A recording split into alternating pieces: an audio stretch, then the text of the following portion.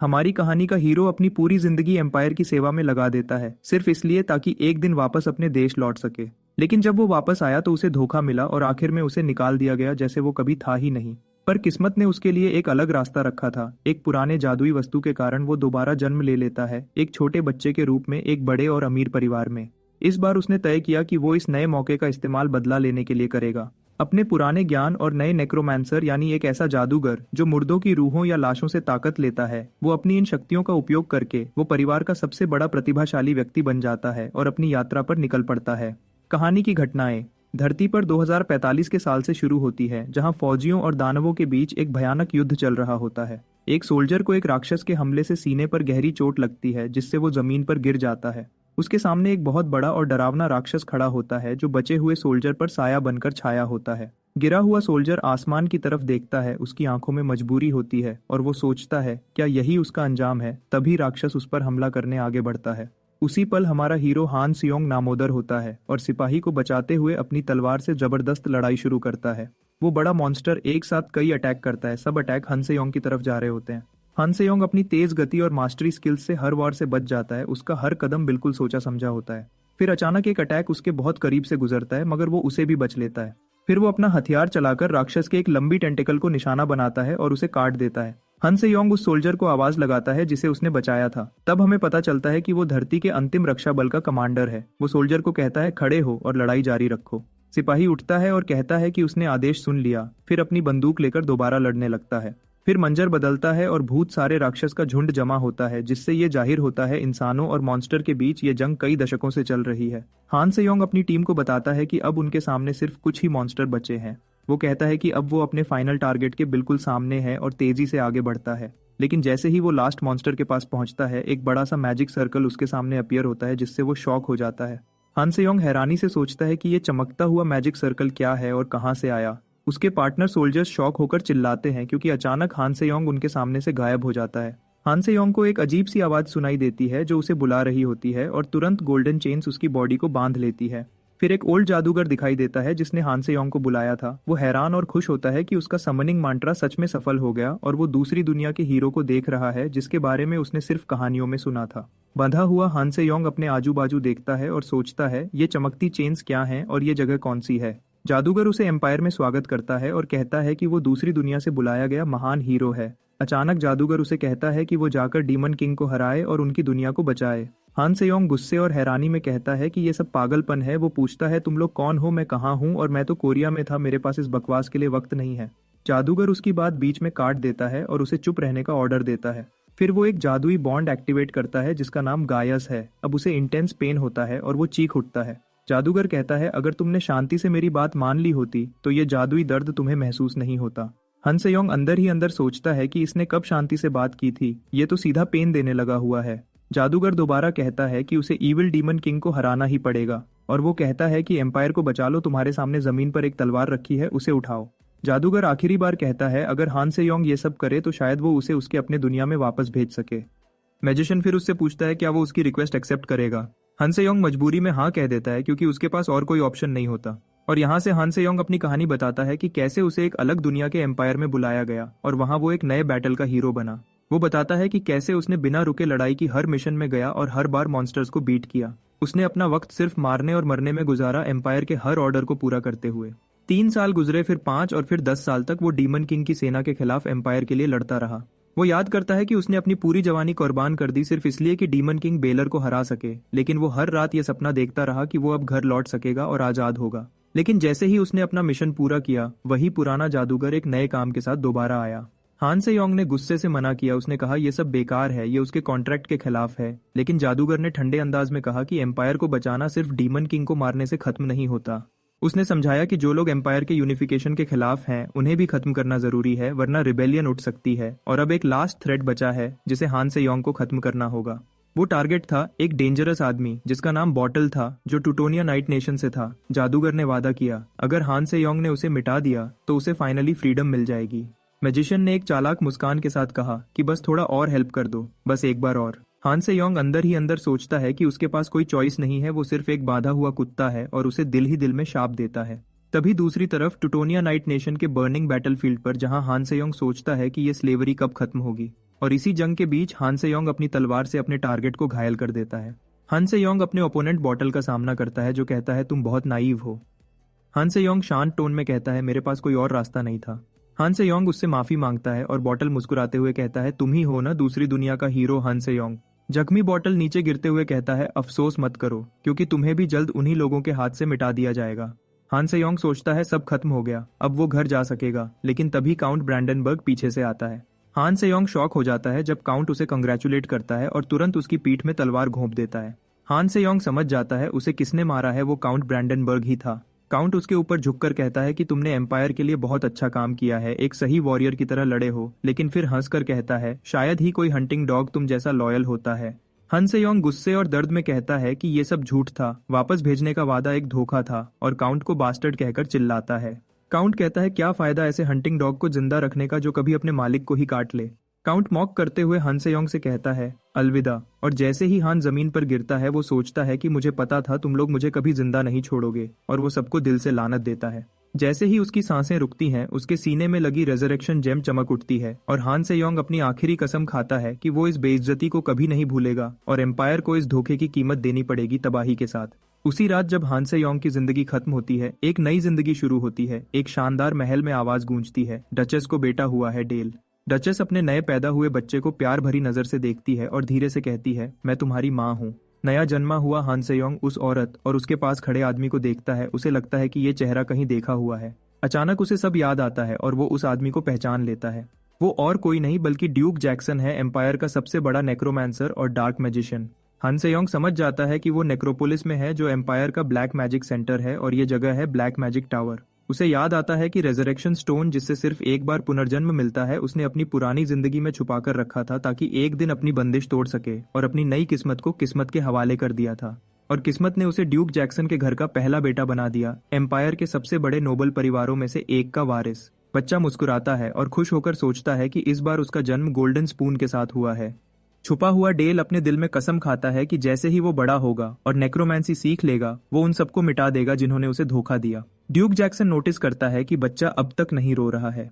चिंतित duchess nurse से कहती है कि उसे क्लोजली चेक करो और नर्स कहती है कि अजीब है, बच्चे की सांसें बिल्कुल क्लियर हैं। तभी छोटा डेल सोचता है ऑफ कोर्स मैं नहीं रोऊंगा, ये लोग मुझे किस एज का समझ रहे हैं। नर्स डचेस को अश्योर करती है कि ब्रीदिंग स्टेबल है, टेंशन लेने की जरूरत नहीं। लेकिन ड्यूक एंग्शियस है, सोचता है क्या साइलेंट न्यूबॉर्न कोई बैड ओमेन है। नर्स कहती है टेंशन मत लो और अगर सच में चिंता है तो बस थोड़ा स्लैप दे दो ताकि रो दे। नर्स थोड़ा स्लैप करती है, डेल शॉक में होता है। डेल हर स्लैप के साथ एंग्री मफल्ड साउंड्स निकालता है। ड्यूक कहता है ये बच्चा स्टबर्न है और डचेस कहती है कि ये उसकी स्टबर्न नेचर की वजह से होगा। डचेस मुस्कुराती है और कहती है कि मुझे ट्राई करने दो।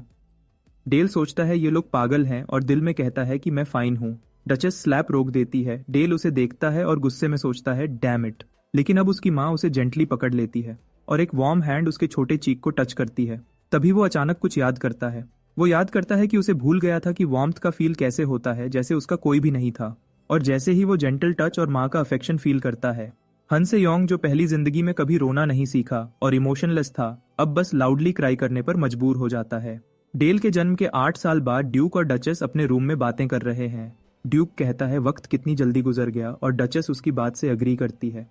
डचेस पूछती है डेल अभी स्टडी में है क्या, 4 साल से वो बुक्स में बिजी है। ड्यूक मजाक में कहता है शायद उसने मेरी तरह इंटरेस्ट लिया होगा। ड्यूक सीरियसली कहता है डेल मैजिक में इंटरेस्ट दिखा रहा है और डचेस याद दिलाती है उसे प्रॉमिस के बारे में जो उसने किया था। ड्यूक कंफर्म करता है वो प्रॉमिस याद है कि डेल को नेक्रोमेंसी नहीं सिखाएंगे और डेल लाइब्रेरी में रीडिंग कर रहा होता है।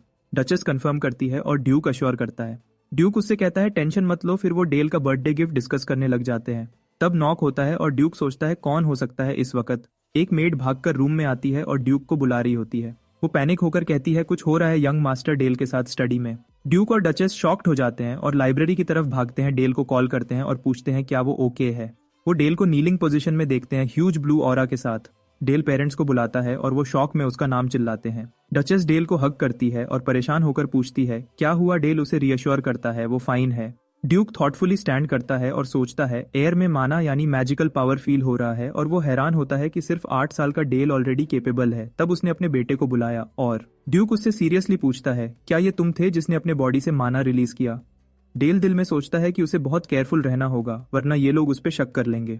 डेल सोचता है वो जानता भी नहीं था कि वो इतनी क्विकली माना रिलीज कर सकता है। वो परेशान होता है और कहता है कि अगर उसने जल्दी आंसर नहीं दिया तो लोग उसकी ट्रू आइडेंटिटी समझ जाएंगे। लेकिन ड्यूक स्माइल करता हुआ उसके पास आता है और कहता है ये मेरा बेटा बहुत टैलेंटेड है। वो उस पर प्राउड फील करता है। तभी ड्यूक कहता है अफसोस है कि मैं उसे नेक्रोमैंसी नहीं सिखा सकता। ये सुन के डेल शॉक्ड सोचता है I can't learn necromancy from father, और गुस्से में रिवेंज के बारे में सोचता है। डचेस डेल को रूम में भेजने को कहती है। जैसे ही डेल जाता है ड्यूक अपनी वाइफ एलेनर को स्माइल के साथ कहता है कि अब उसके लिए परफेक्ट गिफ्ट सोचते हैं। फिर डेल का बर्थडे शुरू होता है और पूरे नोबल्स एक साथ जमा हुए होते हैं। सब कह रहे होते हैं कि ब्लैक ड्यूक के रीजन के सारे नोबल्स इस ग्रैंड पार्टी में मौजूद हैं। गेस्ट्स आपस में बात करते होते हैं कि यंग लॉर्ड यानी डेल कब आएगा। जबकि ऊपर सेकंड फ्लोर पर डेल अकेला बैठा होता है। वो नीचे से आती आवाजों से बोर महसूस करता है और सोचता है कि पार्टी कब एंड होगी। वो सोचता है कि सिर्फ उसके बर्थडे के लिए इतने लोगों का इकट्ठा होना कितना एग्जॉस्टिंग लगता है। उसे अजीब फील होता है। वो खुद को समझाता है कि शायद इसलिए क्योंकि अपनी पास्ट लाइफ में जब वो हीरो था तो उसे हमेशा बुरा ट्रीट किया गया, और अब जब सब उसे रिस्पेक्ट दे रहे हैं तो वो उस अटेंशन का आदी नहीं है। वो पार्टी की बजाय एक और बात सोच रहा होता है, उस डेस्क की जो उसने कुछ दिन पहले माना रिलीज करके डिस्ट्रॉय कर दी थी। उसे याद आता है कैसे उसका माना कंट्रोल से बाहर चला गया था, वो सिर्फ अपनी पास्ट लाइफ याद करते ही।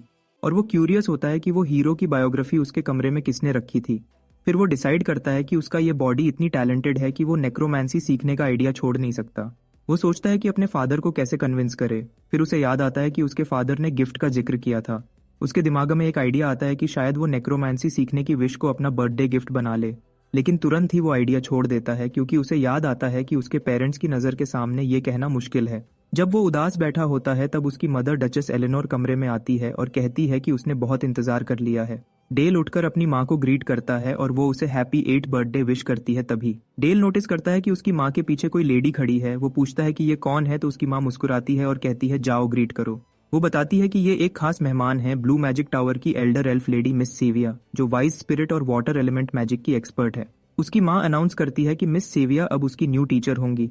डेल थोड़ा शॉक्ड होता है जब वो एल्फ लेडी आगे बढ़कर कहती है कि वो उसके साथ काम करने के लिए एक्साइटेड है। उसकी माँ दोबारा उसे हैप्पी बर्थडे विश करती है। डेल सिचुएशन समझता है कि उसके लिए एक मैजिक टावर से टीचर असाइन कर दी गई है। वो अंदर ही अंदर कंक्लूड करता है कि उनका प्लान है कि वो उसे वाटर एलिमेंट मैजिक सिखाएं जो डिफेंस और डिसरप्शन के लिए फेमस है। इससे वो कंफर्म करता है कि उसकी माँ वाकई नहीं चाहती कि वो डार्क मैजिक सीखे।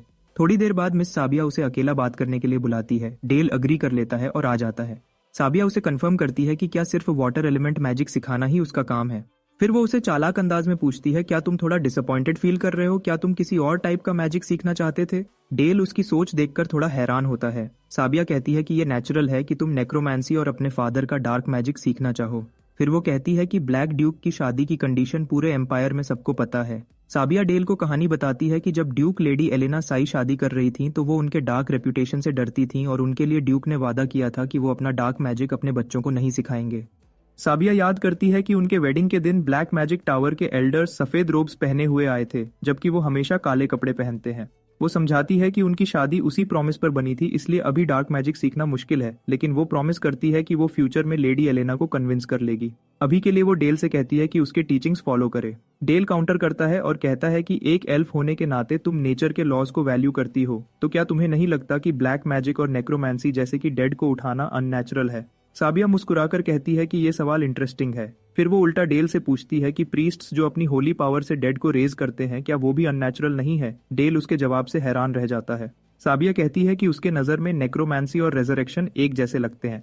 डेल सोचता है कि वो बाकी एल्व्स से बिल्कुल अलग है और शायद एक अच्छी टीचर हो सकती है। साबिया कहती है चलो लेसन स्टार्ट करते हैं। वो बताती है कि उसने सुना है कि डेल ने कुछ दिन पहले मोनो सर्कल के फ्रैगमेंट्स बनाए थे और उनका पहला गोल ये होगा कि वो फ्रैगमेंट्स एक्सपैंड करके एक कंप्लीट सर्कल बना सके। डेल एक्साइटेड होता है क्योंकि जितनी भी मैजिक बुक्स उसने पढ़ी सब में पहले सर्कल की जरूरत होती है। ये उसके लिए एक परफेक्ट मौका था।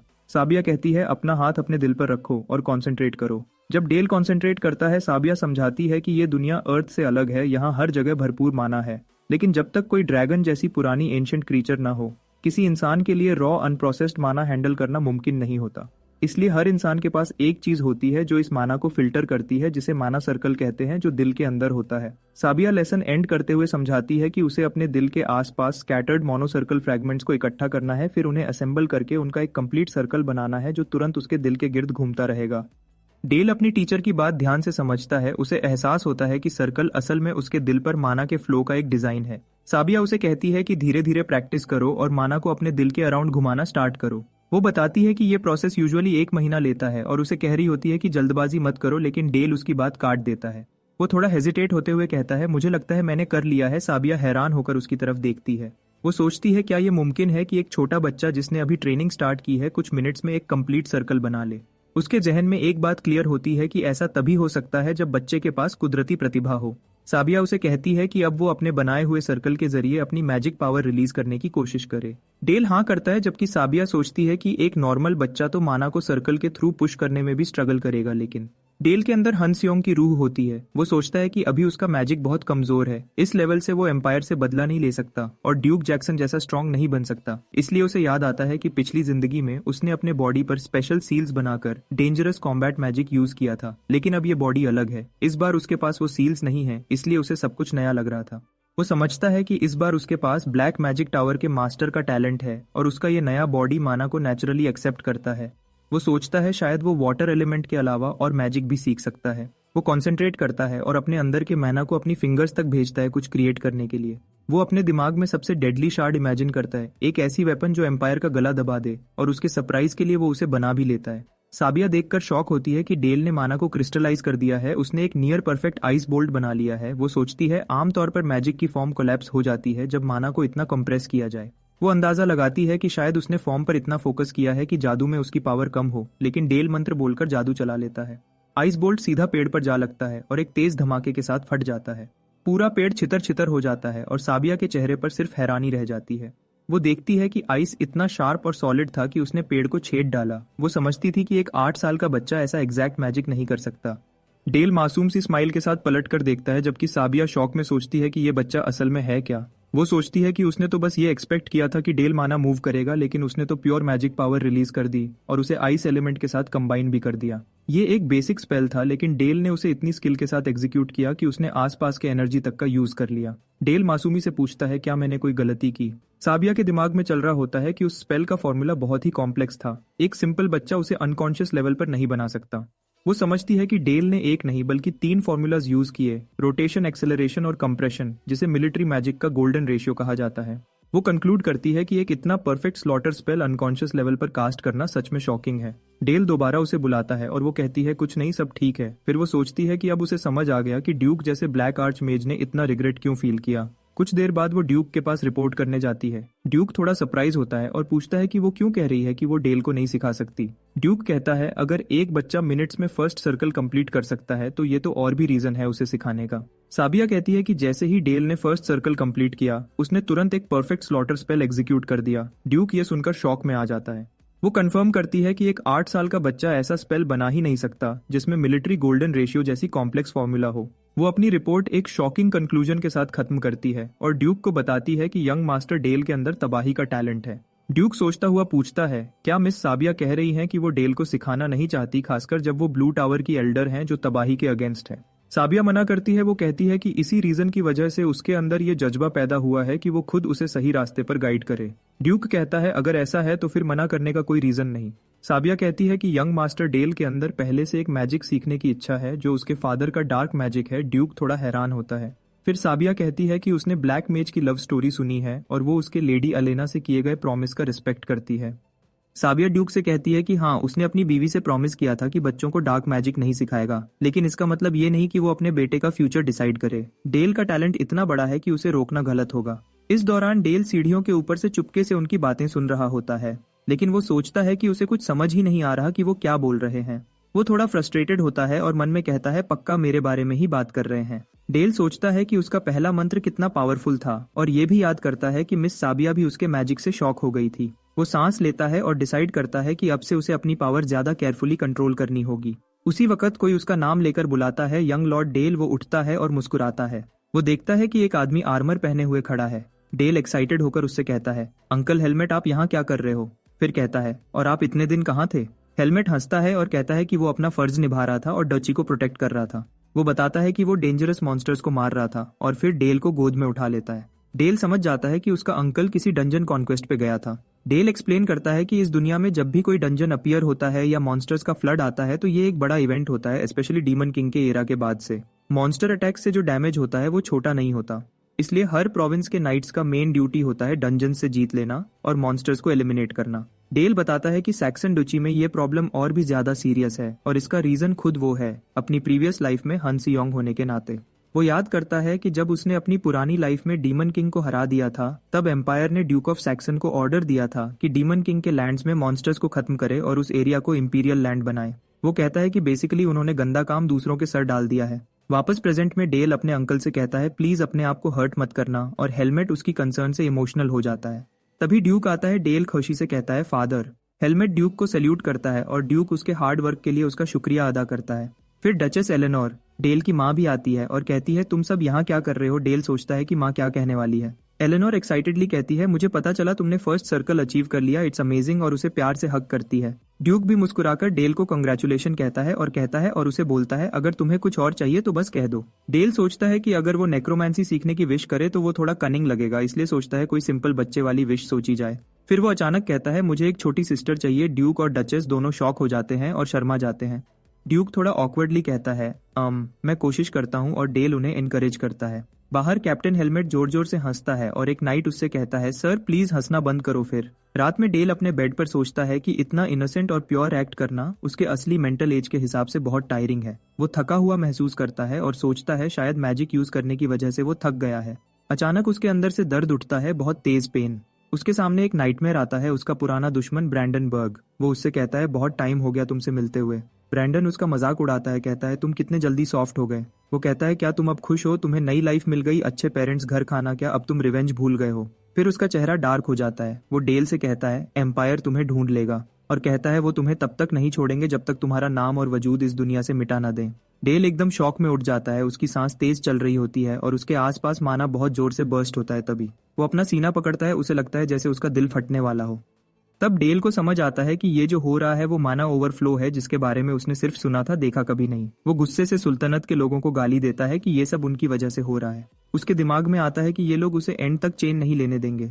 वो बस थोड़ा सा फ्रेश एयर लेने गया था, उसने सोचा था कि थोड़ा दिल हल्का हो जाएगा, लेकिन माना ओवरफ्लो और ज्यादा बढ़ने लगता है, जैसे उसके अंदर से कुछ फट रहा हो। अचानक उसकी टीचर साबिया वहां आ जाती है। वो देखती है कि डेल दर्द में है, ये देखकर वो शॉक हो जाती है। साबिया तुरंत समझ जाती है कि ये माना ओवरफ्लो का केस है, और वो कहती है कि ये एक टैलेंटेड बच्चे के साथ नॉर्मली होता है, लेकिन उसे डेल से एक डेंजरस एनर्जी महसूस होती है। वो अपना हाथ डेल पर रखती है ताकि उसका माना शांत हो जाए। उसके दिमाग में एक ख्याल आता है, अगर आगे चलकर इस बच्चे का मैजिक नफरत से भर गया तो फिर सब कुछ खत्म हो जाएगा। साबिया कामयाब हो जाती है। माना जो एक्सप्लोड हो रहा था अब काम हो जाता है। डेल महसूस करता है कि वो ओवरफ्लो खत्म हो रहा है। साबिया उसका नाम लेती है और डेल हल्के से जवाब देता है। साबिया उसे समझाती है कि मैजिक का असल मतलब दिल का रिफ्लेक्शन होता है, मतलब जैसे तुम्हारा दिल होता है वैसे ही तुम्हारा जादू का नेचर होता है। वो कहती है कि डेल का मैजिक एक लाइफ टेकिंग टैलेंट रखता है, मतलब उसका मैजिक नेचुरली मौत से जुड़ा हुआ है, ये बहुत खतरनाक है। ये कहकर वो उसे एक बुक देती है और कहती है कि इसी वजह से वो खुश है कि वो खुद उसकी टीचर है। डेल जब बुक देखता है तो शॉक हो जाता है। वो एक नेक्रोमैंसी स्पेल बुक होती है, यानी मौत से रिलेटेड जादू।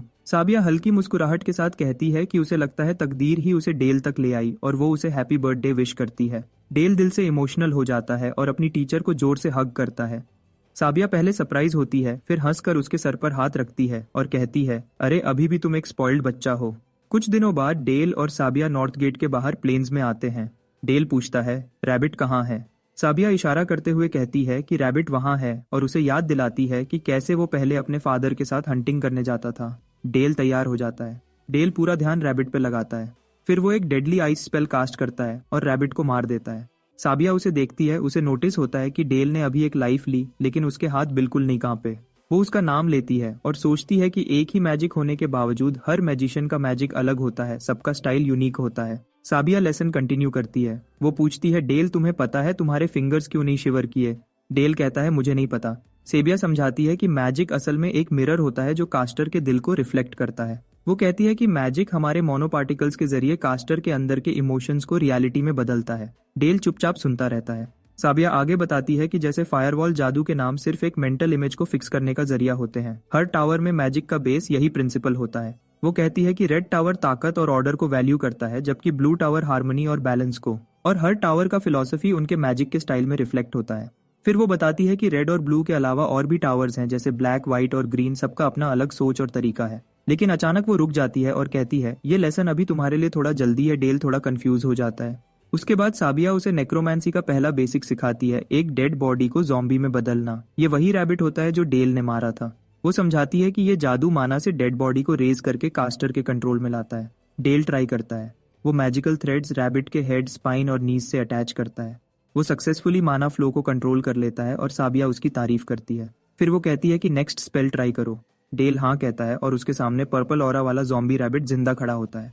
डेल अपनी एनर्जी फोकस करता है और फ्रोजन आर्मर स्पेल कास्ट करता है और वो कामयाब होता जाता है। ज़ॉम्बी रैबिट पूरा आइस आर्मर में कवर हो जाता है।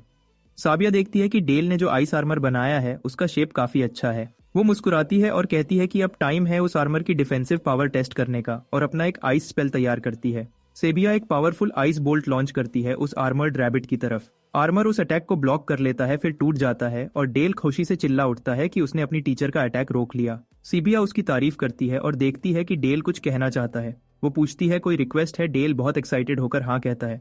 डेल अपनी टीचर से कहता है कि वो उसे वाटर एलिमेंट मैजिक भी सिखाए नेक्रोमेंसी के साथ साथ। सिबिया मुस्कुराती है लेकिन उसे सीधा मना कर देती है। डेल शॉक में रह जाता है।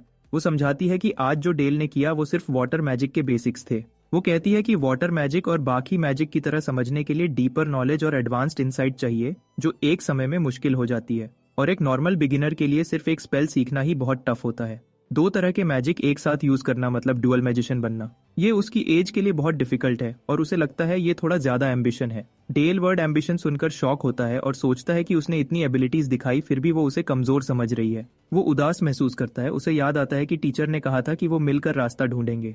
इस हालत में सेबिया उस दिन का लेसन खत्म कर देती है। रात में डेल स्टडी रूम में होता है और डिसाइड करता है कि वो खुद प्रूव करेगा कि वो दोनों मैजिक हैंडल कर सकता है। वो सेल्फ स्टडी करता है। डार्क मैजिक की रोशनी उसके आसपास चमक रही होती है और वो और ज्यादा डिटरमिन्ड होता जाता है। अगली सुबह टीचर साबिया उसे बुलाती है और देखती है कि वो बहुत थका हुआ लग रहा है। साबिया पूछती है क्या तुमने नींद पूरी नहीं की। डेल कहता है थोड़ा लेट तक तैयारी कर रहा था। साबिया उसे कहती है कि अपने आप को ज्यादा थकाए मत और डेल कहता है जी। बाद में बर्फ से ढकी प्लेन्स पर डेल वो दिखाता है जो उसने तैयार किया था, एक डार्क मैजिक सर्कल और आइस मैजिक का कॉम्बिनेशन जिससे वो ज़ॉम्बी रैबिट पे फ्रोजन आर्मर लगाता है। साबिया देखती है और कहती है उसने पूरी तरह मास्टर कर लिया है। अचानक वो आर्मर फट जाता है और आइस के शार्प पीसेस उड़ते हैं। साबिया शॉक हो जाती है और सोचती है क्या ये फ्रॉस्ट एक्सप्लोजन था। लेकिन यहाँ बात खत्म नहीं होती। अचानक ज़ॉम्बी रैबिट डार्क एनर्जी जमा करना शुरू करता है। रैबिट एक कॉर्प्स एक्सप्लोजन छोड़ता है। आइस के फ्लाइंग शार्ड्स और डार्क एक्सप्लोजन मिलकर एक पावरफुल अटैक बनाकर साबिया की तरफ बढ़ते हैं। साबिया अपने आप को एक शावर ऑफ आइस शार्ड्स और डार्क एनर्जी के बीच पाती है। अटैक खत्म होने के बाद डेल अपनी टीचर के सामने खड़ा होता है जो अपने मैजिक शील्ड से बची जाती है। डेल एक्सप्लेन करता है कि उसने कॉर्प्स एक्सप्लोजन और फ्रॉस्ट एक्सप्लोजन कंबाइन किया था, वाटर और डार्क मैजिक दोनों एक साथ। वो कॉन्फिडेंट स्माइल के साथ एक हाथ में आइस मैजिक और दूसरे में डार्क मैजिक का बॉल पकड़कर पूछता है क्या अब मैं ड्यूअल मैजिशियन बन गया हूँ। सेबिया चुप रह जाती है। उसके आसपास तबाही का मंजर होता है।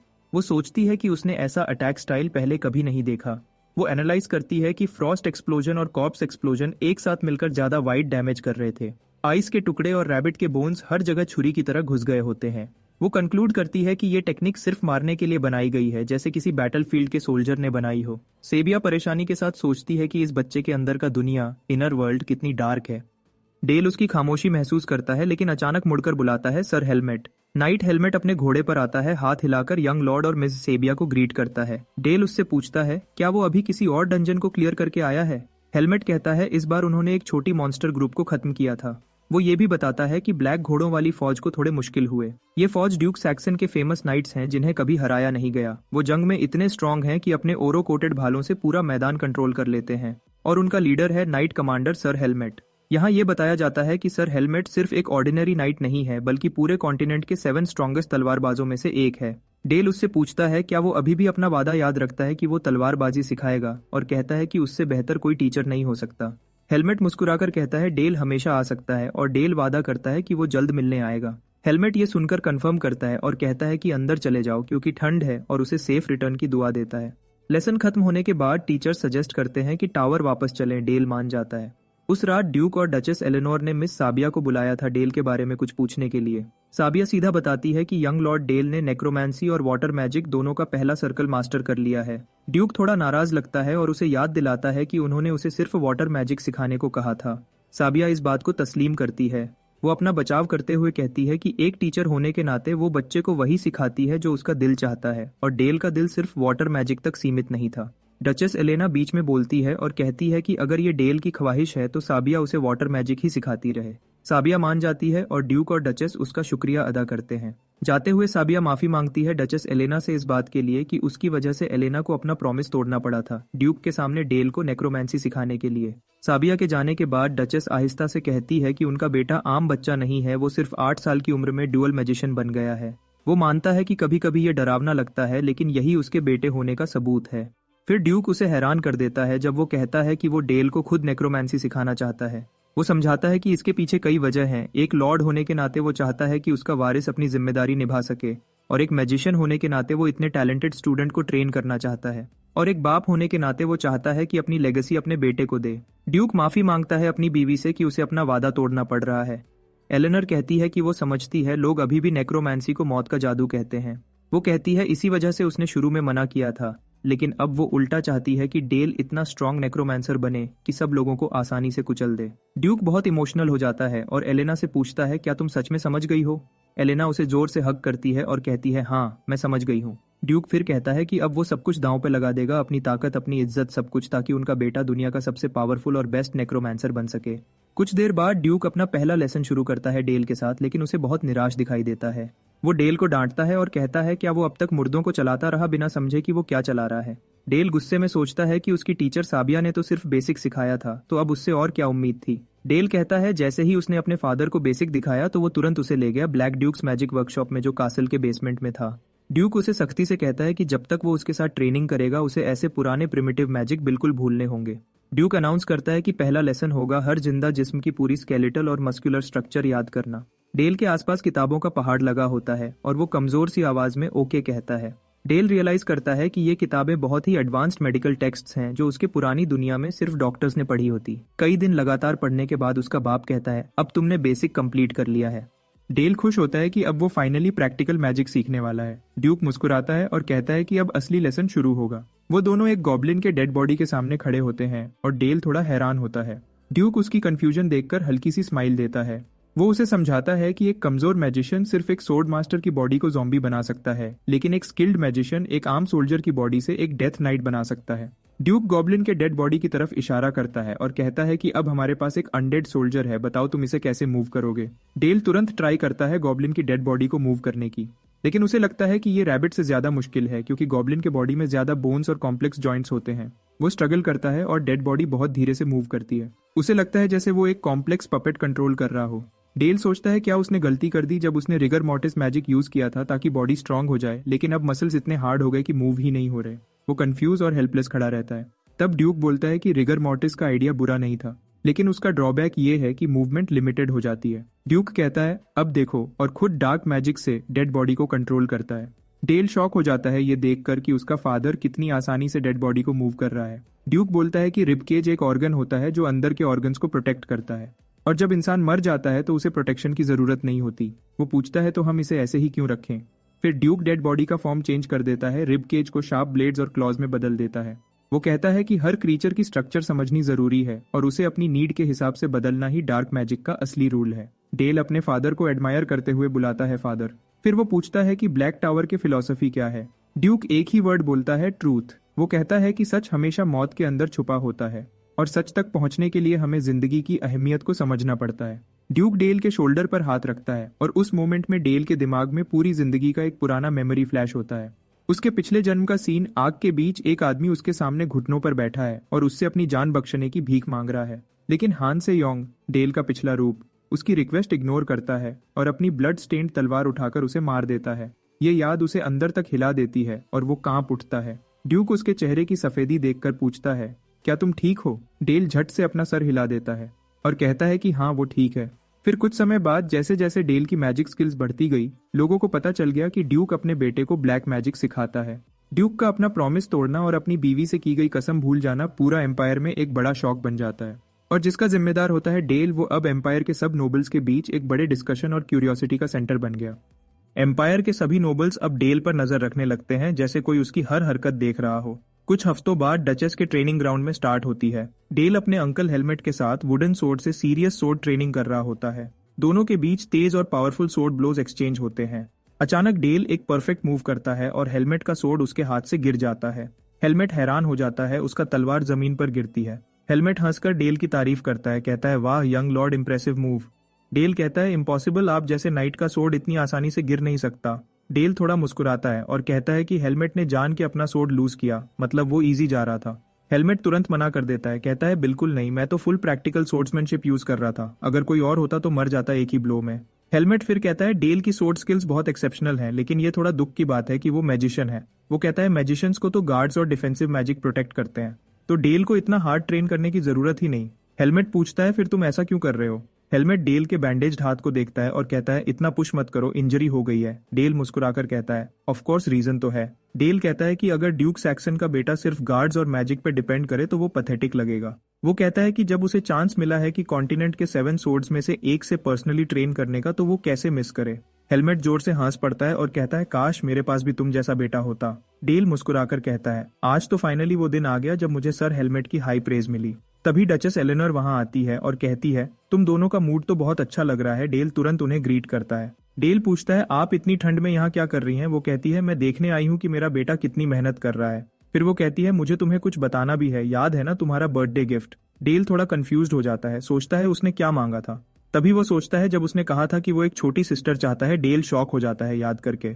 उसकी माँ मुस्कुराकर कहती है अब तुम्हें अपनी लिटिल सिस्टर का ख्याल रखना पड़ेगा। डेल एक्साइटमेंट से कहता है ऑफ कोर्स मैं जरूर रखूंगा। 10 महीने बाद डेल अपनी नई पैदा हुई बेबी सिस्टर को देख रहा होता है। उसकी माँ पूछती है कैसी लगी। डेल कहता है बहुत अमेजिंग। वो बेबी के चीक को सॉफ्टली टच करता है और कहता है मुझे अभी भी यकीन नहीं हो रहा कि ये मेरी सिस्टर है। माँ पूछती है क्या तुम उसे गोद में लेना चाहोगे।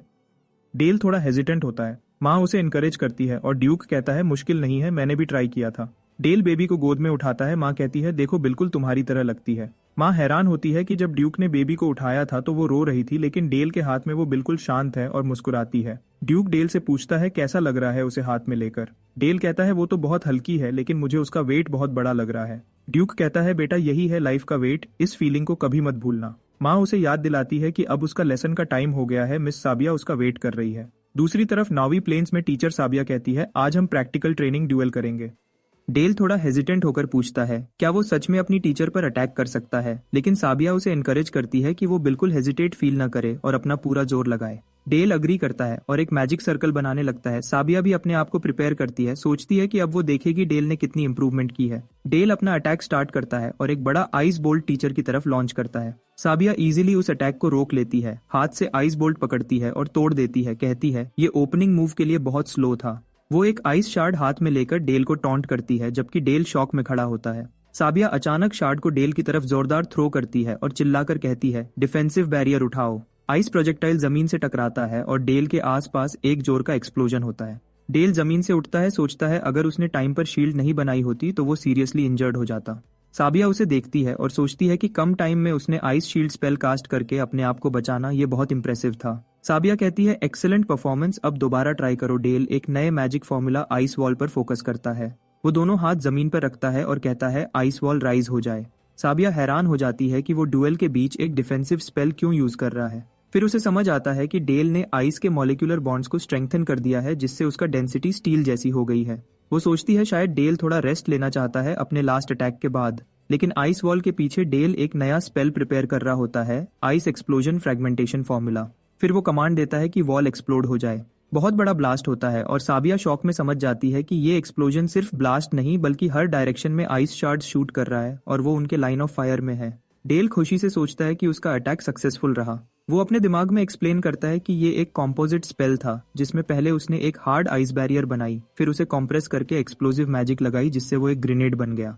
डेल कॉन्फिडेंट नजर से उठते हुए स्मोक की तरफ देखता है, सोचता है इस बार टीचर के लिए बचना मुश्किल होगा। उसे स्मोक के अंदर टीचर का फिगर दिखाई देता है। वो चिल्लाकर कहता है टीचर, और फिर शॉक में देखता है कि उसका शरीर फ्रीज होकर टूट जाता है। लेकिन असली साबिया पीछे से मुस्कुराते हुए आती है और कहती है तुमने मुझे बुलाया।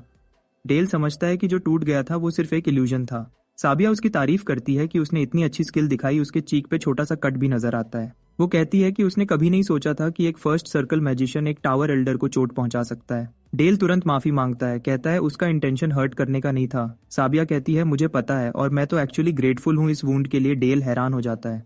साबिया कहती है कि ये वुंड इस बात का प्रूफ है कि डेल अपनी टीचर पर ट्रस्ट करता है और उसने अपनी फुल स्ट्रेंथ दिखाई। वो डेल के सामने घुटनों के बल बैठ जाती है और कहती है, एक टीचर के लिए इससे बड़ी खुशी कोई नहीं। डेल पूछता है, क्या ये सच है? वो कहती है, ऑफ कोर्स मेरे एक्सेलेंट स्टूडेंट। साबिया डेल के सर पर हाथ रखती है और कहती है, मुझे यकीन नहीं हो रहा कि तुमने ऐसी मैजिक फॉर्मूला क्रिएट की।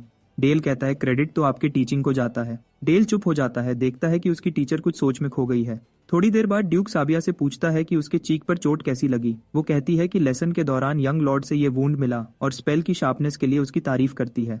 ड्यूक कहता है कि वो हमेशा उसका एहसानमंद रहेगा, लेकिन साबिया कहती है कि इतने टैलेंटेड स्टूडेंट को पढ़ाना उसके लिए खुशी की बात है। ड्यूक फिर एक मौका देखकर उससे एक और फेवर मांगता है। वो कहती है, बोलो क्या बात है। ड्यूक कहता है कि उन्हें रिपोर्ट मिली है कि एक ऑर्क्स का झुंड माउंटेन रेंज क्रॉस करके उनके एरिया में घुस गया है। हालांकि ये छोटी सी इंकर्जन है जिसे एक स्मॉल नाइट यूनिट हैंडल कर सकती है। वो कहता है कि उसने डिसाइड किया है डेल भी इस बैटल में हिस्सा लेगा। ये सुनते ही साबिया मना कर देती है, कहती है, यंग लॉर्ड अभी रेडी नहीं है। ड्यूक ने कामली ये क्लियर किया कि वो डेल से बैटलफील्ड में कोई कमाल दिखाने को नहीं कह रहा, बल्कि उसका मतलब ये है कि सैक्सन फैमिली की जिम्मेदारी है अपनी टेरिटरी की सिक्योरिटी का ख्याल रखना। फिर वो कहता है कि Dale being the eldest son इस जिम्मेदारी से अलग नहीं है, उसे ये फर्ज समझना ही होगा। जबकि सेबिया परेशानी से सोच रही होती है कि अब क्या करे, तब ड्यूक बोलता है कि वो अपना पर्सनल आर्टिफैक्ट डेल को देने वाला है और वो सेबिया से कहता है कि वो डेल को गाइड करे ताकि वो उस पावर को कंट्रोल कर सके। वहां बताया जाता है कि वो आर्टिफैक्ट बहुत स्ट्रांग है, उसके अंदर अपनी पावर और सोच दोनों हैं और उसे यूज करने के लिए या तो लाइफ या माना सैक्रिफाइस करनी पड़ती है। जितनी बड़ी पावर यूज की जाए उतनी ही मुश्किल और डेंजरस सिचुएशन होती है और अगर लिमिट क्रॉस हो जाए तो डेथ भी हो सकती है। ड्यूक समझाता है कि सैक्सन फैमिली जनरेशन से ऐसे ही पावर्स को हैंडल करती आई है। अब मंजर बदलता है कासल के सामने, जहां उनका आर्टिफैक्ट आर्मरी होता है। ड्यूक डेल से कहता है कि तुम सबसे बड़े बेटे हो, तो क्या तुम्हें आने वाली बैटल के लिए प्रिपेयर नहीं होना चाहिए। डेल शॉक्ड होता है जब वो बैटल शब्द सुनता है, लेकिन फिर एकदम एक्साइटेड हो जाता है क्योंकि अब उसे लगता है कि वो फाइनली बैटलफील्ड में जाएगा। ड्यूक कंफर्म करता है कि वो ऑर्क हॉर्ड के खिलाफ सब्जुगेशन फोर्स में शामिल होगा। ड्यूक आर्मरी का दरवाजा खोलता है और कहता है कि उससे पहले तुम्हें सैक्सन फैमिली की डार्क पावर को कंट्रोल करना सीखना होगा। डेल आर्मरी देखकर इम्प्रेस्ड हो जाता है, वहां हर जगह आर्टिफैक्ट्स रखे होते हैं। ड्यूक बताता है कि ये सब डीमन लॉर्ड के डोमेन से लाए गए आर्टिफैक्ट्स हैं जिन्हें उनकी फैमिली मैनेज करती है। वो और बताता है कि ये आर्टिफैक्ट्स उनके एंसेस्टर्स ने डीमन लॉर्ड का डोमेन रिक्लेम करते वक्त पाए थे और इन्हें नॉर्मल टूल्स से कंपेयर नहीं करना चाहिए। डेल को उनसे निकलती मैजिक पावर फील होती है। ड्यूक वॉर्न करता है कि हर आर्टिफैक्ट डेंजरस है और बिना कंट्रोल सीखे उसे छूना नहीं चाहिए, लेकिन बात करते हुए ड्यूक देखता है कि डेल वहां से गायब है और सोचता है वो कहाँ गया। डेल अंदर जा चुका होता है, उसके दिमाग में एक ही बात चल रही होती है कि उसे एक ऐसा आर्टिफैक्ट चाहिए जो उसके लिए परफेक्ट हो। अचानक एक आर्टिफैक्ट से आवाज आती है कि उसके अंदर हेट्रेड है और वो बदला लेना चाहता है। दूसरे आर्टिफैक्ट्स भी बोलने लगते हैं, उसे बुलाते हैं कि हमें चूज करो, हम मिलकर एनिमीज को डिस्ट्रॉय करेंगे। और एक आर्टिफैक्ट तो उसे कावर्ड बोलकर कहता है कि मुझे पहनो और सबको चीयर डालो। डेल समझ जाता है कि ये डार्क पावर्ड आर्टिफैक्ट्स उसके अंदर के गुस्से को महसूस कर रहे हैं, लेकिन वो सबको रिजेक्ट कर देता है। उसके हिसाब से कोई भी उसके लायक नहीं है, उसे कुछ और ज्यादा पावरफुल चाहिए। तब उसकी नजर एक क्लोक पर पड़ती है जो उसके पास रखा होता है और वो सोचता है ये यहाँ कब से है। डेल पहचान लेता है कि वो शैडो क्लोक है। उसे याद आता है कि ये वही हाई लेवल आर्टिफैक्ट है जिसे ड्यूक बर्डा यूज करता था डीमन किंग की आर्मी में और जिससे वो अपनी पास्ट लाइफ में फेस कर चुका है। उस क्लोक की एबिलिटी थी शैडोज को मैनिफेस्ट करना, जिससे लड़ना बहुत मुश्किल होता था।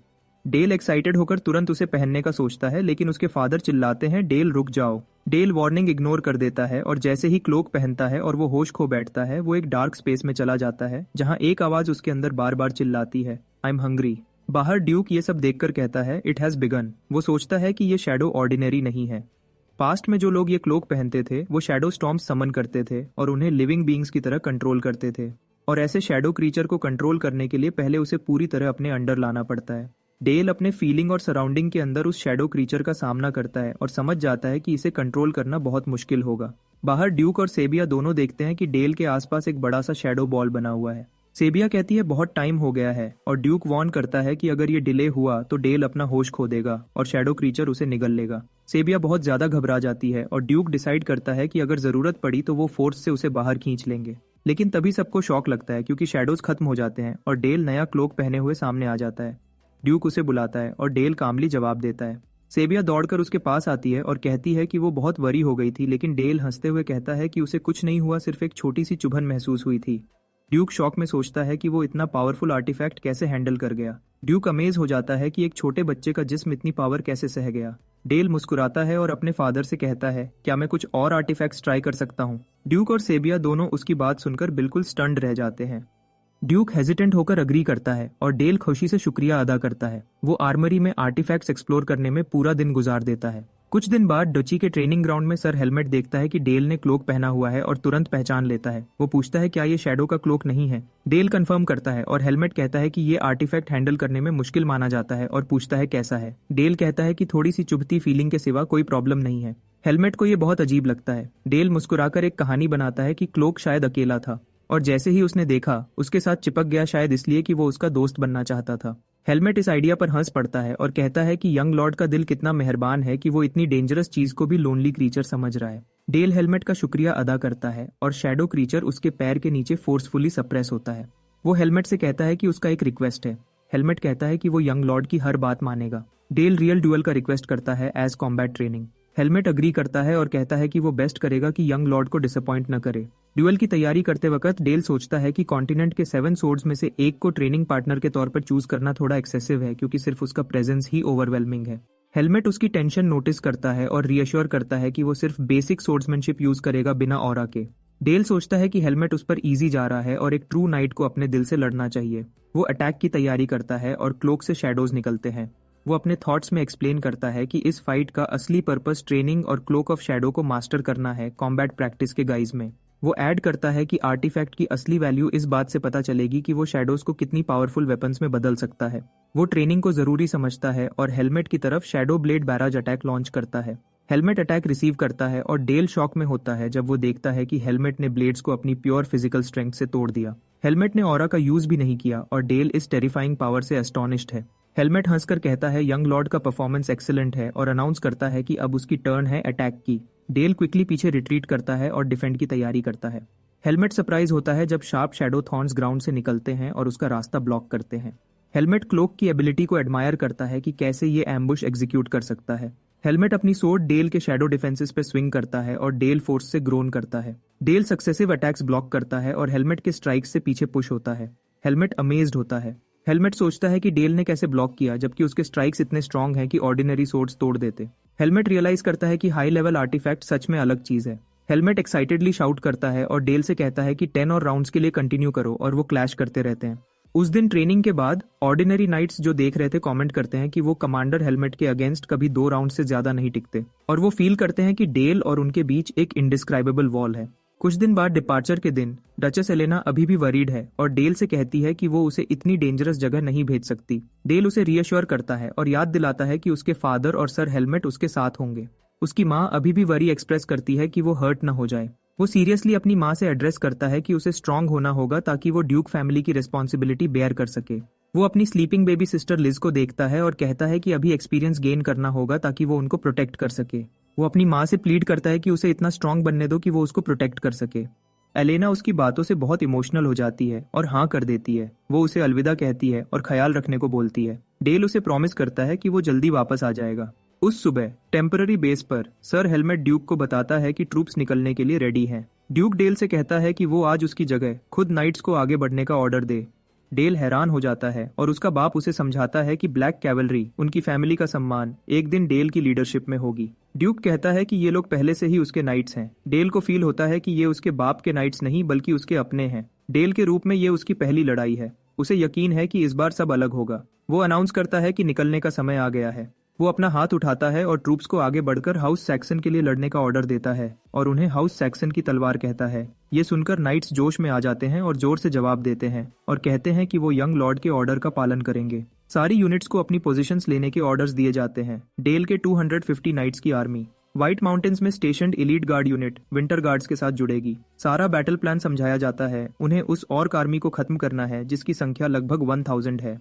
उन चालाक ऑर्क्स ने ठंड और भूख से बचने के लिए सैक्सन रिवर की ऊपरी नदी को पार कर लिया है और जल्दी ही निचली नदी की तरफ आ रहे हैं। इसलिए उनका प्लान ये है कि ड्यूक की फोर्सेस पहले सरप्राइज अटैक के लिए सीधा निचली नदी से अटैक करेंगी और 250 आदमियों के लिए ये नदी जल्दी क्रॉस करने का सिर्फ एक तरीका है और वो है मैजिक।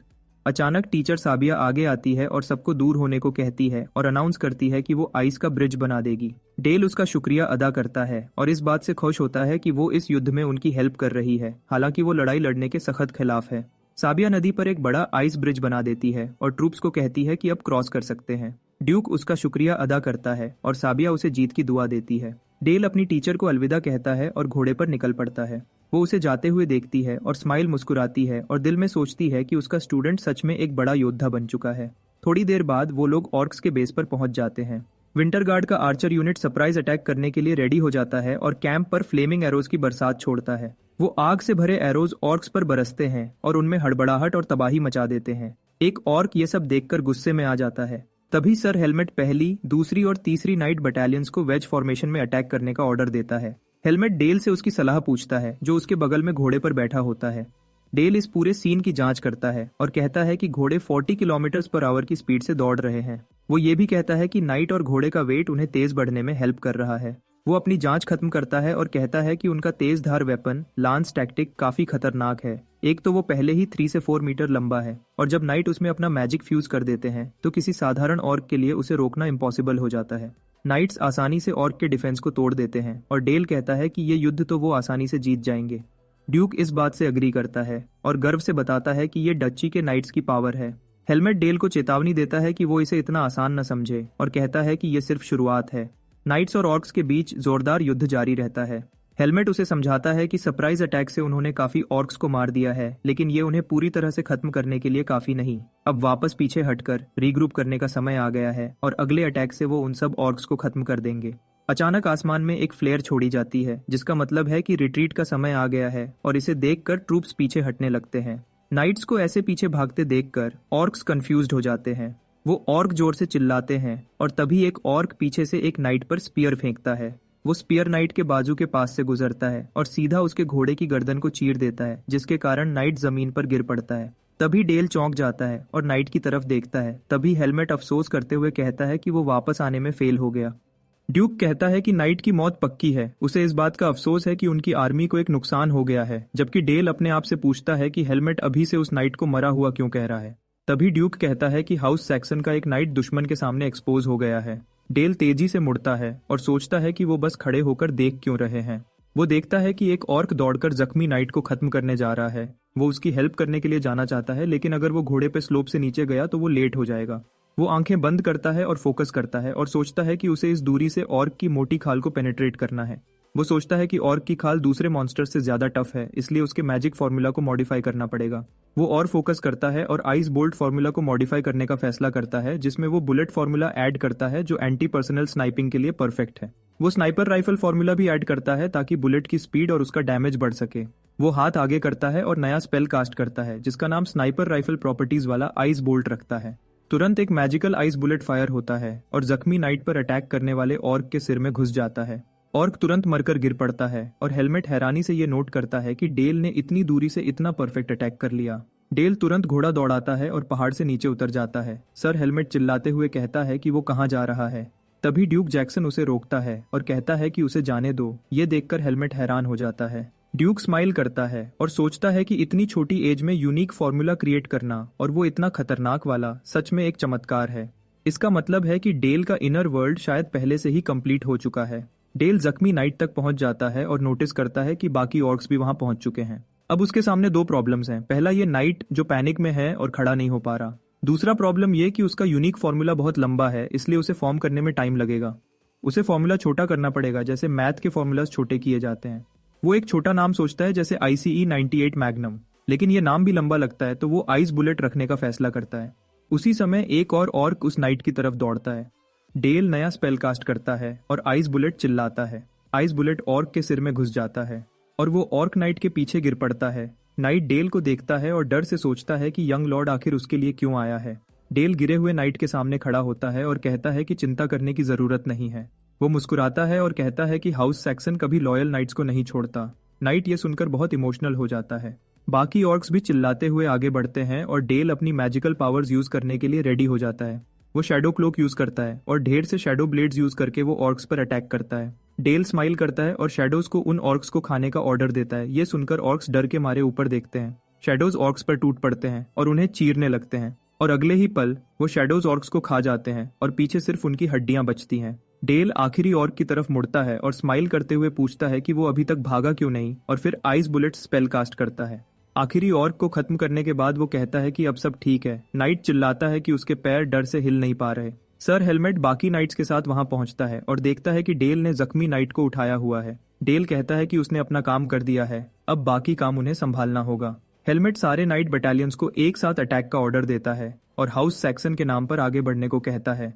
नाइट्स चार्ज करते हैं और अपने नए लॉर्ड डेल के लिए जोश से भर जाते हैं। थोड़ी देर बाद जंगल में एक सैक्सन बेस पर ड्यूक अपने बेटे डेल को बधाई देता है और कहता है कि ऑर्क्स को खत्म करने का मिशन सक्सेसफुली कंप्लीट हो गया है। लेकिन इस बधाई के बाद वो अपने बेटे से कुछ सवाल भी करना चाहता है। ड्यूक डेल से सख्ती से पूछता है कि उसने अकेले एनिमी लाइंस में बेवकूफों की तरह चार्ज क्यों किया। डेल की सांस वहीं रुक जाती है और वो अपने आप से सोचता है कि उसे डांट क्यों पड़ रही है। ड्यूक डेल की इस बेवकूफी का रीजन जानना चाहता है। डेल अपने बाप को याद दिलाता है कि उसने कहा था हाउस सैक्सन के नाइट्स एक दिन डेल लीड करेगा और इसी कारण से उसने अपनी सेना के लिए एक अच्छे लीडर का रोल प्ले किया। ड्यूक इस लॉजिक को रिजेक्ट करता है और उसे वीक कहता है। डेल शॉक्ड हो जाता है और सोचता है कि लीडर्स तो अपने नाइट्स की चिंता करते हैं, तो उसका बाप आज ऐसा क्यों कह रहा है। तभी डेल पूछता है कि उसके बाप ने खड़े होकर डुची के नाइट को मरने क्यों दिया। ड्यूक एक्सप्लेन करता है कि हाउस सैक्सन का नॉर्दर्न एरिया डीमन किंग की जमीन से कनेक्टेड है, वहां मॉन्स्टर अटैक्स बहुत होते हैं और वहां नाइट्स को कोई बचाने नहीं आता। डेल विरोध करता है कि फिर भी वो अपने लॉयल नाइट को बचाना चाहता था। ड्यूक उससे एक सवाल पूछता है कि क्या वो बार बार उन्हें बचाता रहेगा। फिर वो उसे समझाता है कि नाइट्स को युद्ध के मैदान में खुद सोचना और सरवाइव करना पड़ता है और आज डेल ने उस नाइट की हेल्प करके उन्हें ये दिखा दिया कि कोई हमेशा बचाने आएगा। फिर ड्यूक पूछता है कि इस डिपेंडेंट मेंटालिटी के साथ कितने नाइट सरवाइव कर पाएंगे। वो कोई बेरहम इंसान नहीं है, लेकिन वो सिर्फ तब उनकी हेल्प करता है जब दुश्मन उनकी एबिलिटी से ज्यादा खतरनाक हो। ये सैक्सन्स की नोबल ड्यूटी है। डेल इस बात का जवाब नहीं दे पाता और रियलाइज करता है कि वो भूल गया था वो अब हान सेओंग नहीं बल्कि ड्यूक सैक्सन का बेटा है। लेकिन फिर भी डेल अपनी बात पर अड़ा रहता है। ड्यूक स्माइल करता है और अपने बेटे के कंधे पर हाथ रखते हुए कहता है कि डेल का अपनी सोच को एक्शन में बदलने का तरीका काफी इम्प्रेसिव था और ये कहकर वो उसे वापस कासल जाने को कहता है। कुछ ही दिनों में ये कहानी पूरे राज्य में फैल जाती है कि ड्यूक के छोटे बेटे ने अकेले ऑर्क आर्मी में घुसकर एक नाइट को बचाया था। इस बारे में अफवाह बढ़ जाती है। कुछ तो ये भी कहते हैं डेल ने अकेले 1000 ऑर्क्स को मारा था। कहानी 90% सच और 10% झूठ थी, लेकिन इस एम्पायर में बात आग की तरह फैलती है। डेल को शर्मिंदगी फील होने लगती है, लेकिन इससे डची किंगडम में काफी बदलाव आ जाता है। कुछ दिन बाद डेल नाइट ट्रेनिंग ग्राउंड पर आता है और सारे नाइट्स घुटने टेककर उसका वेलकम करते हैं। वो ये देखकर थोड़ा शर्मा जाता है और उनसे ये सब न करने को कहता है, लेकिन सर हेलमेट डेल को गर्व से खड़े होने को कहता है। हेलमेट नाइट्स से कहता है कि उन्हें अपने नए मास्टर के लिए और शक्तिशाली होना पड़ेगा। नाइट्स जोश में आ जाते हैं और कहते हैं वो अपने नए मास्टर के लिए जान भी दे देंगे। डेल ये देखकर खुश हो जाता है कि वो सब कितने जोशीले हैं। तभी मेड ईव आती है। ईव उसे इन्फॉर्म करती है कि हाउस योर्लेहार्ट के गेस्ट्स आने वाले हैं। वो उसे शुक्रिया कहता है और अपने मेहमानों को ग्रीट करने चला जाता है। वो सोचता है कि आखिर कौन से स्पेशल गेस्ट्स आने वाले हैं और तभी उसे पता चलता है कि गेस्ट्स वॉरियर हाउस ओर्लेहार्ट से हैं, जो टूटोनिया किंगडम के नोबल थे जिनका नाम सोर्ड किंग बार्टल था।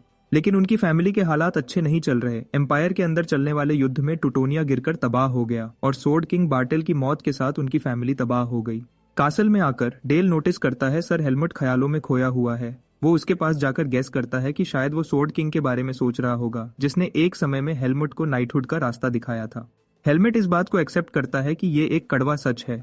ड्यूक नोटिस करता है डेल टाइम पर आया है और पूछता है कि क्या वो ट्रेनिंग ग्राउंड में था। तभी डेल इस बात को कंफर्म करता है। अचानक एक नौकर अनाउंस करता है गेस्ट्स आ गए हैं और ड्यूक उन्हें रिस्पेक्ट के साथ अंदर लाने का ऑर्डर देता है। तभी एक औरत और एक छोटी लड़की अंदर आती है। ये दोनों वनेसा अर्लहार्ट और उसकी छोटी बेटी शार्लेट है। वनेसा ड्यूक के सामने सिर झुकाती है और ड्यूक उनकी तारीफ करते हुए कहता है कि बड़ी बात है कि वो दोनों बिना सिपाहियों के यहाँ तक आ गई हैं। वनेसा अर्लहार्ट अपना तारुफ करवाती है। ड्यूक ऑफ सैक्सन को इज्जत से ग्रीट करती है। ड्यूक उनका खुश आमदेद करता है। फिर वनेसा अपनी बेटी शार्लेट ओर्लाहार्ट का तारुफ करवाती है, लेकिन शार्लेट गुस्से में मुट्ठी बंद करके कहती है माँ। डेल सोचता है कि इसका रिएक्शन अजीब है। अचानक शार्लेट अपनी माँ पे चीखती है, आप ऐसे लोगों के सामने झुक क्यों रही हैं? वनेसा गुस्से से उसका नाम पुकारती है। वनेसा उसे शांत करने की कोशिश करती है, लेकिन ड्यूक कामली इंटरफियर करते हैं। कहते हैं लगने दो, सफर लंबा और थकावट भरा रहा होगा। ड्यूक डेल से कहते हैं कि शार्लेट को कासल का टूर दिखाए। डेल उसे अग्री कर लेता है। वो पोलाइटली अपना हाथ एक्सटेंड करता है शार्लेट को गाइड करने के लिए, लेकिन शार्लेट जोर से उसका हाथ धक्का देती है और चीखती है, हाथ मत लगाओ। डेल हैरान हो जाता है और ड्यूक और डचेस जो अपनी बेबी को गोद में ले रखे हैं सरप्राइज होके देखते हैं। शार्लेट स्नॉबिशली कहती है, ये इंपीरियल नोबल्स कितने रूड हैं। वनेसा चीख कर कहती है, तुरंत माफी मांगो यंग लॉर्ड से। शार्लेट इग्नोर करती है और गुस्से में बाहर चली जाती है। डेल उसका पीछा करते हुए कहता है, रुको। डोर बंद होने के बाद वनेसा माफी मांगती है और बताती है कि शार्लेट नॉर्मली ऐसे नहीं होती, लेकिन अभी हाल ही में कुछ हुआ था। डचेस अलीना पूछती है क्या हुआ था। वनेसा बताती है कि कुछ दिन पहले काउंट ब्रैंडनबर्ग एक होली नाइट हमारे लैंड्स का इंस्पेक्टर बना। वो फेमस है सोर्ड मास्टर के तौर पर और उसका टाइटल है द पिग किंग। उसका ऑब्सेशन ये है कि टैलेंटेड हेयर पाए स्किल्ड सोर्ड्समैन और सोर्ड्स वुमेन को अपना बना, इवन अगर लड़की अभी बड़ी नहीं हुई हो। वनेसा कहती है हम बच गए उसके हाथ से, लेकिन यादें कभी नहीं जा सकती। वो अपील करती है माँ के तौर पर मैं कुछ भी कर सकती हूँ, लेकिन एक फॉलन नोबल के तौर पर मेरी पावर कम है। ड्यूक से गुजारिश है चार्लेट को हाउस सैक्सन का मेड बना दें ताकि ब्रैंडनबर्ग उसे कभी छू ना सके। मीनवाइल डेल चार्लेट को ट्रेनिंग ग्राउंड में देखता है। वो सोचता है इसके अंदर नाइट्स का खून है। वो पूछता है तुम्हें पता है कहाँ जा रही हो। चार्लेट कहती है नहीं। वो डेल से पूछती है कि उसका हाथ ठीक है जो उसने थप्पड़ मारा था। डेल कहता है ठीक है, फिक्र मत करो। चार्लेट रिलीव्ड फील करती है। डेल नोटिस करता है वो पहले रो रही थी और सोचता है हाश बाहर के बावजूद ये सिर्फ एक बच्ची है। अचानक चार्लेट अपना सोर्ड निकालती है और डिक्लेयर करती है तो अब मुझे तुमसे ड्यूअल करना होगा। वो डेल ऑफ सैक्सन को सोर्ड निकालने का ऑर्डर देती है। डेल सोचता है ये लड़की शार्लेट कुछ भी कर लेती है। शार्लेट डिमांड करती है ड्यूअल की। डेल पूछता है क्यों। वो कहती है मैंने रूमर्स सुने हैं। शार्लेट एक्सप्लेन करती है मैंने सुना तुम अमेजिंग हो, 1000 ऑक्स को अकेला हराया और एक फॉलन नाइट को बचाया। डेल सोचता है बिल्कुल वैसे नहीं था और थोड़ा एम्बैरेस्ड फील करता है। वो कंटिन्यू करती है तुम्हें हरा के, जो एम्पायर में अनपैरेलल्ड कहा जाता है, मैं सबको दिखाऊंगी कि मैं स्ट्रॉन्गर हूँ और प्रूव करूंगी कि मैं अपनी फैमिली को प्रोटेक्ट कर सकती हूँ उस आदमी से। डेल इंटरनली सोचता है कौन है वो आदमी। शार्लेट बोलती है Count Brandenburg. Sword master Dale shocked हो जाता है। डेल याद करता है वो वही आदमी है जो पहले एम्पायर में उसने धोखा दिया था।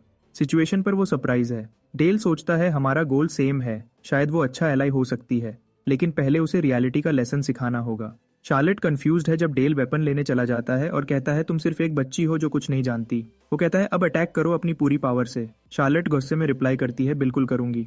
शार्लेट तेजी से आगे बढ़ती है और अटैक करती है। उसकी रेपियर एक हरे रोशनी से चमक रही होती है, लेकिन डेल अपनी तलवार से उसका अटैक रोक लेता है। दोनों के बीच तलवारों की टक्कर शुरू होती है, हर एक स्ट्राइक दूसरे से भी ज्यादा फास्ट। शार्लेट बार बार अटैक करती है, लेकिन डेल हर बार आसानी से उसके वार को ब्लॉक कर लेता है। डेल ध्यान से उसकी फाइटिंग स्टाइल देख रहा होता है। उसे लगता है कि जब भी वो उसका अटैक रोकता है, शार्लेट तुरंत अपनी कलाई घुमाकर एक नया काउंटर अटैक करती है और वो ये भी नोटिस करता है कि शार्लेट बहुत कम ऑरा यूज कर रही है। डेल सोचता है कि शायद शार्लेट अपनी रेपियर को कंट्रोल करने के लिए ऑरा का यूज कर रही है, क्योंकि वो तलवार उसके छोटे बॉडी के लिए बहुत बड़ी है।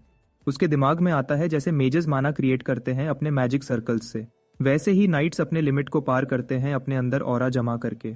वो एक और अटैक ब्लॉक करता है और सोचता है खून अपनी पहचान बता ही देता है, जैसे उम्मीद थी ये खानदान झूठ नहीं बोलता। लड़ाई और तेज हो जाती है। शार्लेट हर बार और ज्यादा एग्रेशन से अटैक करती है। शार्लेट के चेहरे पर एक कॉन्फिडेंट मुस्कान होती है। वो सोचती है कि अगर डेल का लेवल बस इतना ही है तो जीत तो उसकी पक्की है। उसके दिमाग में पुरानी यादें लौट आती हैं। उसका पिता उसके पैदा होने से पहले ही मर गया था। उसकी माँ हर रात उसके बारे में कहानियां सुनाया करती थी। उसकी माँ ने उसे कहा था कि वो अपने पिता की जगह अपने परिवार की रक्षा करे, एक सोर्ड गॉड की बेटी होने के नाते। वो सोचती है उस तलवार के बारे में जो कभी नहीं रुकती थी, चाहे उनका देश बर्बाद हो गया, उनका परिवार टूट गया। लेकिन अब वो गुस्से में सोचती है फिर भी मैं इस लड़के डेल से हर बार क्यों रोक जा रही हूँ। शार्लेट को महसूस होता है कि कुछ तो गलत है। वो फिर से एक तेज लंच करती है, लेकिन इस बार डेल उसके ब्लेड को परफेक्ट टाइमिंग से पैरी करता है। शार्लेट एकदम से शॉक में आ जाती है। डेल एक तेज मूव करता है और उसकी तलवार उसके हाथ से उड़ा देता है। शार्लेट की तलवार जमीन पर गिर जाती है और वो घुटनों पर गिरकर हैरान होती है, मैं सोर्ड गॉड की बेटी कैसे हार गई। डेल उसके पास आता है। शार्लेट की आंखों में आंसू होते हैं। डेल शांत लेकिन सख्त आवाज में कहता है वजह यह है कि तुम सोर्ड गॉड नहीं हो। डेल कहता है कि उसका गर्व गलत नहीं है, एक सोर्ड गॉड की बेटी होने का फखर सही है, लेकिन वो उसे सच बताता है कि अगर वो इसी हालत में रही तो कभी अपने परिवार को उस आदमी से बचा नहीं पाएगी। और वो बताता है कि ब्रैंडनबर्ग नाम के सोर्ड मास्टर की तलवार उससे भी कई गुना ज्यादा शक्तिशाली है। शार्लेट ये सुनकर रो पड़ती है। रोते हुए शार्लेट पूछती है फिर मैं क्या करूं। डेल उसके सामने खड़ा होता है और घोषणा करता है मैं डेल ऑफ सैक्सन अपने ड्यूकडम परिवार का नाम दांव पर लगाकर उर्ला हार्ट परिवार का रक्षक बनूंगा। शार्लेट ये सुनकर पूरी तरह से हैरान रह जाती है। डेल कहता है जब तक तुम इतनी स्ट्रांग नहीं हो जाती कि ब्रैंडनबर्ग को हरा सको, तब तक मैं और मेरा परिवार तुम्हारा शील्ड बनकर तुम्हें बचाएंगे। शार्लेट पूछती है तुम मेरे लिए ये सब क्यों कर रहे हो। डेल कहता है तुम्हारी तलवार, तुम्हारा टैलेंट इसके लायक है। फिर डेल कहता है कसम खाओ कि तुम मेरी और हाउस सैक्सन की तलवार बनोगी। शार्लेट हल्की मुस्कान के साथ कहती है मैं ऐसा ऑफर कैसे मना कर सकती हूँ। वो घुटनों पर बैठ जाती है और कहती है मैं शार्लेट अर्लहार्ट अपने नाइट के सम्मान पर कसम खाती हूँ। लेकिन ये दोनों बच्चों के बीच की एक सिंपल सी प्रॉमिस लग रही थी, लेकिन इसमें जो डिटर्मिनेशन था वो एक असली ओथ के लायक था। उसी दिन बाद में ड्यूक सैक्सन के ऑफिस में डेल अपने फादर को बताता है कि लेडी ओर्ला हार्ट के कहने पर शार्लेट उनके घर में लेडी इन वेटिंग बन गई है। ड्यूक कहता है, शार्लेट ने इतनी जल्दी हाँ कैसे कर दी, कुछ हुआ था क्या तुम दोनों के बीच? डेल कहता है, मैंने अपने हाउस सैक्सन के नाम से कसम खाई है कि हम योरला हार्ट परिवार की रक्षा करेंगे। ड्यूक पूछता है, सिर्फ उसके हालत पे तरस खाकर ऐसा किया? डेल कहता है, नहीं। ड्यूक पूछता है, फिर क्या चाहते हो तुम? डेल कहता है, शार्लेट स्वॉर्ड गॉड की इकलौती वंशज है, उसका टैलेंट एज एक्सपेक्टेड लाजवाब है। वो बताता है कि उसने शार्लेट से लॉयल्टी का ओथ लिया है और कहता है, मैं जो चाहता हूँ वो है एक स्वॉर्ड गॉड जो हाउस सैक्सन के लिए लड़े। ड्यूक मुस्कुराकर कहता है, बहुत अच्छा सोचा है। और डेल अपने अंदर सोचता है, एक चालाक मुस्कान के साथ, स्वॉर्ड गॉड की डिसेंडेंट मेरे पास है, ये ब्रैंडनबर्ग के लिए एक बड़ा झटका होगा। मंजर बदलता है मालबर्ग, जो पहले टूटोनिया की राजधानी थी। काउंट ब्रैंडनबर्ग गुस्से में फर्नीचर तोड़ता हुआ चिल्लाता है। वो गुस्से में सोचता है कि ये लोग पहला मूव कैसे कर सकते हैं जब उसके एक सबॉर्डिनेट माफी मांग रहा है। वो सबॉर्डिनेट को डांटता है, उन्हें बेवकूफ कहता है और सोचता है कि एक छोटे बच्चे को पकड़ने में वो कैसे फेल हो गए। सबॉर्डिनेट समझाता है कि उन्होंने असैसिन्स भेजे थे, लेकिन लगता है वो सैक्सन लैंड्स पहुंचने से पहले ही मर गए। वो सोचते हैं कि शार्लेट अर्लहार्ट ने ही उन्हें मारा होगा। ब्रैंडनबर्ग उन्हें बेकार बेवकूफ कहता है और अपनी होली सोर्ड डुरंडाल की तरफ चलता है। वो पुराने दिन याद करता है। वो अपनी होली सोर्ड डुरंडाल से बात करता है। वो तलवार को अपनी खूबसूरत फियांसे बताता है और कहता है कि थोड़ी देर रुक जा, वो परफेक्ट लिनिएज लाएगा जो उसका सक्सेसर बने और इस तलवार का इस्तेमाल करेगा, चाहे कुछ भी लगे। वो थीव्स गिल्ड को बुलाने और किसी को डची ऑफ सैक्सन भेजने का हुक्म देता है। वो घोषणा करता है कि वो कितने भी दाम चुकाएगा, 1000 गोल्ड पीसेस भी, बस शार्लेट को अपने सामने लाने के लिए। एक हफ्ता बीत जाता है शार्लेट के ओथ के बाद। वो ड्यूक के कासल में सेटल होती है और अपने घर टूटोनिया से स्टार्क डिफरेंस महसूस करती है। वो रिगरस ट्रेनिंग करती है as a lady in waiting. रोजाना डेल के साथ स्पारिंग भी उसकी रूटीन बन जाती है। सर हेलमेट, जो ट्रेनिंग ओवरसी करता है, पूछता है क्या वो रेडी है। डेल कहता है कि वो रेडी है और शार्लेट भी हाँ में जवाब देती है। हेलमेट मुस्कुराता है और ड्यूअल स्टार्ट करने का अनाउंस करता है। दोनों तुरंत टक्कर लेने लगते हैं। ट्रेनिंग ड्यूअल तेजी से ब्लोज एक्सचेंज करते हुए चलता है। ड्यूअल डेल और शार्लेट के बीच कंटिन्यू होता है और सर हेलमेट उन्हें देखते हुए सोचता है। हेलमेट सोचता है, क्या ये सच में बच्चों का ड्यूअल है? वो मानते हैं कि उनका लेवल अभी नाइट्स तक नहीं पहुंचा, लेकिन वो एक टेरिफाइंग किलिंग इंटेंट और स्पीड महसूस करता है जो उनसे आ रही है। ड्यूअल इंटेंस होता है और डेल अपनी क्लोक का यूज करके शार्लेट को डिस्ट्रैक्ट करता है। शार्लेट स्ट्रेस्ड महसूस करती है लेकिन रुकती नहीं और प्रिसाइज अटैक डेल पर करने लगती है। हेलमेट अचानक इंटरवीन करता है, शार्लेट के अटैक को रोकता है और डेल को भी पकड़ लेता है पहले कि वो काउंटर अटैक करे। वो उनकी एक्सीलेंट परफॉर्मेंस की तारीफ करता है और लेडी शार्लेट को भी अच्छा काम करने पर शाबाशी देता है। शार्लेट उसकी तारीफ को इग्नोर करती है और सीरियसली पूछती है कि उसमें क्या कमी है। वो पूछता है, क्या वो जानती है रेपियर का एसेंस क्या है? शार्लेट कहती है, पियर्स करना। वो मना करता है और समझाता है कि एसेंस लेग्स में है, मतलब फुटवर्क। वो समझाता है कि डेल ने डिस्टेंस क्लोज किया और उसकी थ्रस्ट अवॉइड की और उस वक्त शार्लेट को थोड़ा पीछे हटकर दूसरा अपॉर्चुनिटी ढूंढना चाहिए था। वो ऐड करता है कि रेपियर के साथ जितना आर्म बेंड और एक्सटेंड होगा, फोर्स अप्लाई करने के लिए उतना ब्लेड वाइब्रेट करेगा और प्रिसाइज पियर्सिंग मुश्किल हो जाएगा। हेलमेट कंक्लूड करता है कि शार्लेट को फंडामेंटल्स रीबिल्ड करना होगा। शार्लेट गुस्से में आ जाती है। हेलमेट कहता है कि वो पहले नोटिस कर चुका था कि उसकी स्टांस और फुटवर्क अनकन्वेंशनल और मेसी है। शार्लेट कहती है कि उसके पास कभी प्रॉपर टीचर नहीं था। हेलमेट मुस्कुराता है और कहता है कि जब तक वो है, वो उसकी वियर्ड पियर्सिंग स्टांस को फिक्स करेगा। शार्लेट इस डिस्क्रिप्शन से गुस्से में आ जाती है। हेलमेट हंसी में कहता है कि वो टीज कर रहा था क्योंकि वो क्यूट है। डेल सोचता है कितनी जल्दी शार्लेट डेवलप करेगी हेलमेट की गाइडेंस में और डिसाइड करता है कि वो भी हार्ड वर्क करे ताकि वो उससे सरपास न करे। बाद में डेल अपनी मैजिक ट्रेनिंग रिव्यू करता है। वो सोचता है कि माना सर्कल बिल्ड करने का प्रोसेस सेम है, माना हार्ट के अराउंड फ्लो होता है, स्टेबल पाथ बनने का वेट करता है और फिर मैजिक रिंग का शेप एंग्रेव करता है। प्रॉब्लम ये है कि ये प्रोसेस डेकेड्स ले सकता है। एक सीन में उसकी टीचर साबिया सरप्राइज होती है जब डेल कहता है कि वो सेकंड सर्कल कंप्लीट कर चुका है। वो अपने दिमाग में एक्सप्लेन करता है कि मैनो रोटेशन स्पीड आरपीएम में मेजर होती है रेवोल्यूशंस पर minute. Usually first circle measures 300 RPM speed होते हैं। वो रिवील करता है कि अभी डेल की फर्स्ट सर्कल स्पीड 2000 आरपीएम है और सेकंड सर्कल के लिए 400 RPM. Minimum requirement circle expand करने के लिए 300 आरपीएम, मतलब वो थर्ड सर्कल के लिए रिक्वायर्ड स्पीड मीट कर चुका है। वो डिसाइड करता है कि क्योंकि सेकंड सर्कल रीच कर लिया है, अब वो एक एक्सपेरिमेंट ट्राई करेगा।